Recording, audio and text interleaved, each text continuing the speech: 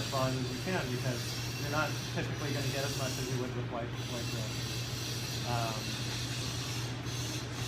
I don't think with white bread you have to be quite so careful in your timing of the shape, but with whole grain breads I am. I'm very careful. So can you go into a little bit more detail? What are you looking for when you think it's too gassy? If it's too gassy, or what exactly are you looking Too at? gassy. So what am I looking for when it's what's my definition of too gassy? Yes. If with gentle handling you see it degassing. Okay. Yeah. Then it's too far for me. Okay. Because most of the, typically the way I try to handle the dough is pretty gently. And one reason for that, again, is because they have pretty much tension by the time I'm working with them. You don't have to use a lot of force. You can handle them very gently, and you'll still have enough tension for a nice oven spring in the oven.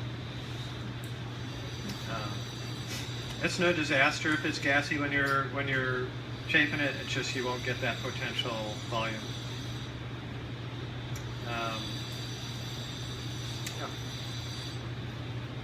Conventional, how you bulk retard it? Are you letting it sit out for an hour or so before you shape it, or is that depends on the day? After I take it out of the retarder to shape, Yeah. it sits out for 3 hours. Yeah. I divide it, and it sits on boards for 3 hours to warm up a little bit, because it's 47-degree dough when it comes out. So if I wasn't doing any of this bulk retarding, and I was just doing everything at room temp, see a 3-hour bulk instead of a 15-hour bulk, whatever it is. I'd handle things much the same way. What would happen is these same formulas would be a lot more challenging to work with. There wouldn't be this much tension, and the shaping methods I'd use would be whatever I could do to create a lot more tension. So it would change the way I shape it. It made more handling. You have to back off the hydration to get it more strength. Yeah, I'd probably have to back off on the hydration a little bit. Would another cold rollers and cold help out? If I'm doing everything at room temp? Yeah. Yeah, it probably would. Probably full strength. So what I'm always, kind of not battling with, but paying attention to is like what's too much tension, because you want that right amount. You want it to hold its form as it proofs, but by the time it's going into the oven, you don't want this thing with an enormous amount of tension. You want it to relax a little bit so that it can just swell in the oven and get a little bit more open crust. So that's always what I'm keeping an eye on. So all these same concepts applied with more bread, 50% white flour, all the same stuff, gas, and Yeah. it's all the same. Yeah, I pretty much handle that way the same thing.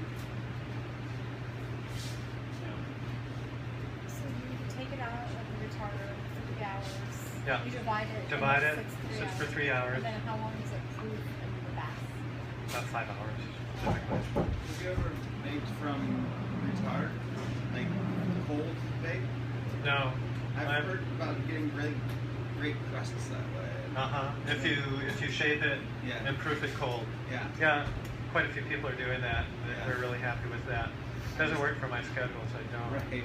But It might work for mine, that's why I was considering it. yeah, it's definitely worth a try. I guess so. Now that I have the space. Build a Uh-huh. bigger walk-in. Yeah.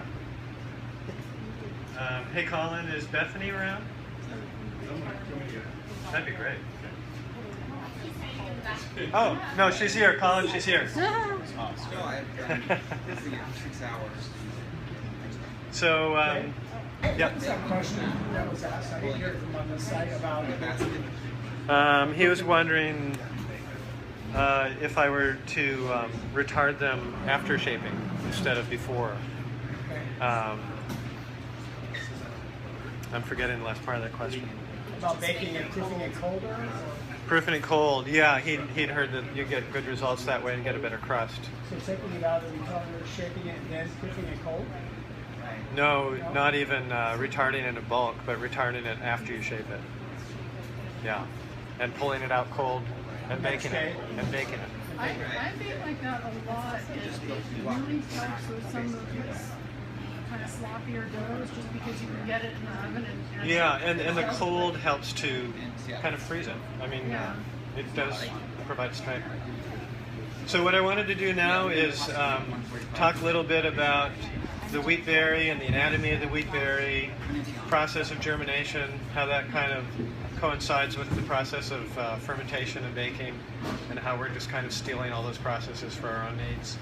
And I thought I'd grab Bethany, who knows much more about this than I do, and just do a little talking about trying to understand the wheat berry a little better and the construction of it, and why the different parts are there and what they do, both for the germination, for what the wheat berry is meant for, and for what we mean it to be, bread. And after that, we're going to talk about troubleshooting and different ways to improve our breads, different tools you can use for that. So, do we have a marker board or anything? We can just draw a big wheat berry, like a... Is there anything in here for that?